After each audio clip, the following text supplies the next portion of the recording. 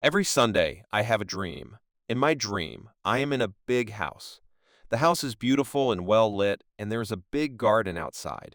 I walk around the garden and I see many flowers of different shapes and colors. There are also many trees in the garden.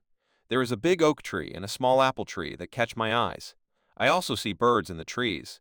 They sing beautiful songs. I am very happy in my dream. But then I wake up and I'm momentarily sad because it is all gone. I look around slowly. I become happy again and smile. My house is not big, but it is bright and beautiful in its own way. There isn't a garden outside, but there are some lovely vases with plants on the windowsills. There aren't birds and trees, but there are occasional flowers that attract lively hummingbirds. Life is not only beautiful in dreams, but also when you open your eyes.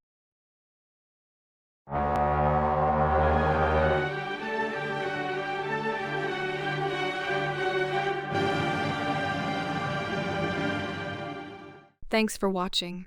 Please like this video and subscribe to our channel. You can use and share this material provided you keep it in its original audio or video form and give full credit to its creator.